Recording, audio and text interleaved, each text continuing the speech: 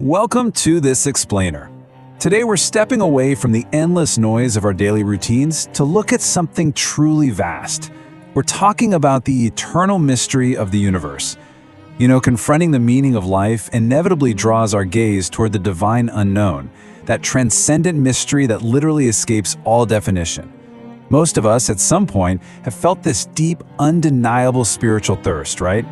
It's a quiet but persistent drive pushing humanity to search both the outside world and deep within ourselves for that ineffable dimension.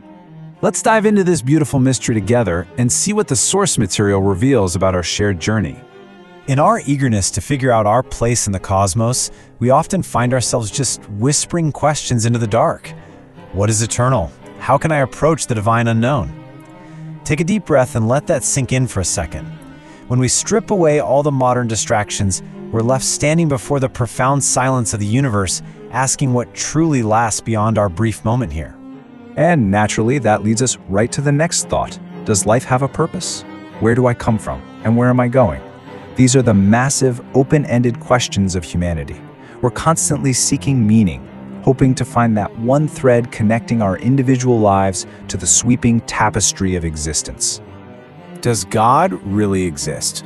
Now, what's fascinating about this specific search is that it rarely hands us absolute certainties. No neat little bows here. Instead of clear-cut answers, these vast inquiries usually plunge us into a deep, mysterious silence. For some, not understanding is painful. It creates a real feeling of impotence. But for others, it's simply part of the spiritual sacrifice. It's the soul recognizing itself as a fragment of a greater whole, longing to return home. Section 1. Diverse Paths to Connection, Humanity's Historical Search. So how do we respond to this cosmic silence?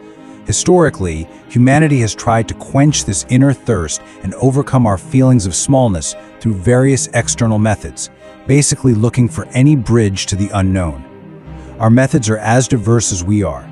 We turn to ancestral rituals and sacrifices, lighting fires and sending words out to the universe to invoke the sacred.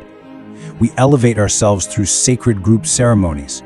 A lot of us find immense support in faith, believing in divine intervention to illuminate our need for meaning. And naturally, we rely on inherited traditions and sacred books passed down through generations. But the source material points out a really poignant reality. While these paths offer incredible comfort, inherited traditions have, regrettably, sometimes led to sectarianism, separation, and conflict. But look beyond the dogma, and you find the direct human experience. Take the story of Laura, for instance.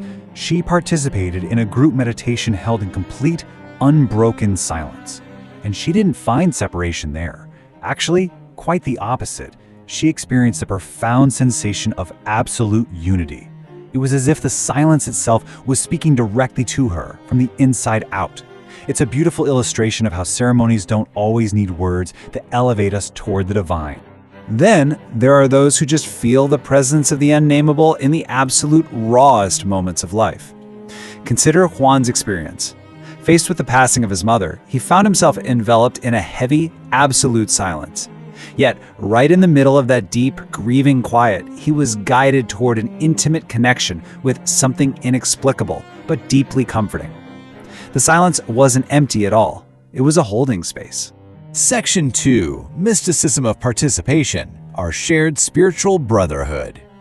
This brings us to a beautifully unifying concept outlined in our source text, one that shifts our perspective from demanding absolute answers to gently sharing the mystery together. It's called the mysticism of participation.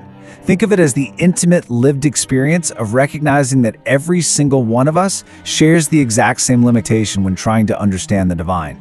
No matter how different our paths might look, in that unfathomable silence, we're brothers and equals. This mysticism is basically an invitation. It invites us to stop imposing our specific beliefs and instead open up to spiritual diversity, participating in the mystery together. And when we actually apply this, something truly remarkable happens. In interreligious encounters, when people from completely different faiths share their experiences and rituals, they uncover a profound truth. Everyone is ultimately looking for the exact same things: meaning, unity, and connection. The mysticism of participation transforms our differences into opportunities for learning and expansion. It builds this incredible deep empathy for the spiritual pursuits of others. Section 3. Compassion in daily life. Living the mystery every day. Now, these aren't just cosmic concepts reserved for quiet meditation retreats. They're highly practical tools for our everyday routines. You can achieve a substantial union with the divine right now, today. First, simply contemplate nature. Really feel that everything is interconnected and that the divine manifests in the entirely ordinary. Second, accept that our way of relating to God isn't the only way, and it certainly isn't the best way. We've got to leave judgment at the door. Third, practice deep, active compassion for others. Once you realize we're all sharing the same thirst and the same ignorance about this sacred mystery, compassion becomes a bridge. And fourth, embrace humility. Show reverence for the paths of other souls. Ultimately, this is how we become truly human. The source text gives us this powerful reminder: we are all particles of cosmic consciousness. Sure, we have our own free will, but we're all driven by the exact same yearning for meaning and union. True spirituality doesn't flourish in isolation or under strict dogma. It flourishes in acceptance.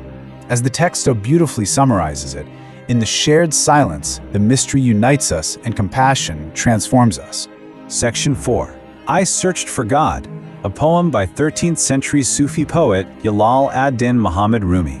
To close out our explainer today, I invite you to leave the analysis behind, look inward, and simply let these profound words wash over you. For a long time, I searched for God in temples, but He was not there. I went to churches, mosques, and pagodas, but I found no trace of Him. I searched in the mountains and in the valleys, but I did not find Him there either. Then, I looked inside my own heart, and that is where I found Him. He was nowhere else. You are not a drop in the ocean. You are the entire ocean in a drop.